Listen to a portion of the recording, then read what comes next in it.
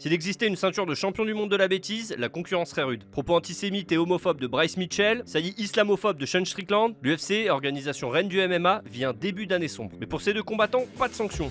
Free speech, brother. People can say whatever they want and they can believe whatever they want. Sean Strickland va même combattre pour la ceinture des moins de 84 kg dans la nuit de samedi à dimanche contre Dricus du Plessis, qui lui avait ravi il y a tout juste un an. En même temps, l'américain n'est pas à son coup d'essai. C'est le personnage le plus controversé de l'orga, sur le plan personnel comme sportif. Sur le plan perso, on est passé en 10 ans d'un physique d'acteur de teen movie à sosie du célèbre taular britannique Charles Bronson. Même sa voix a changé. Éraillé par le trash talk, devenu son fond de commerce. Hope you guys will be seeing me around more often. I hope you enjoyed that press conference. Ça a commencé avec ses collègues. 30 seconds, Jack. Let's go.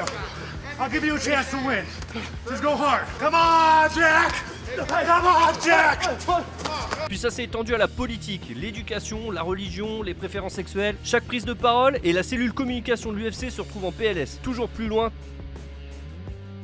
toujours plus fort dans la provoque. Pourtant, sa cote n'a cessé de grimper chez les fans et l'UFC l'a pris par la main. Le tournant arrive début 2023. Sean Strickland, classé 7ème, sauve le premier événement de l'année en acceptant un short notice de 5 jours face au français Nassourdine Imavov. Il le domine et se retrouve 2 combats plus tard avec la ceinture autour de la taille, tombeur de l'une de ses cibles préférées, Israël Adesanya. Avant de la perdre 4 mois plus tard face à l'actuel champion Dricus du Plessis, après un combat serré mais brouillon. C'est le reproche fait à Strickland sur le plan sportif. 11 de ses 16 victoires à l'UFC l'ont été à la décision, souvent partagées. Même s'il avance tout le temps, sa capacité à éteindre ses adversaires est faible. Certains estiment qu'il méritait pas une nouvelle chance pour la ceinture aussi vite, mais qu'il aurait dû faire une demi contre ses poursuivants au classement, Khamzat Chimaev, Nassourdine Imavov. Mais c'est que partie remise. Ces trois-là se croiseront quoi qu'il arrive, quelle que soit l'issue du combat. Et l'UFC aura son storytelling déjà tout prêt, jusqu'au jour où ça ira trop loin, mais ce sera trop tard. Mais en attendant, Strickland contre Duplessis saison 2, c'est dans la nuit de samedi à dimanche sur RMC Sport.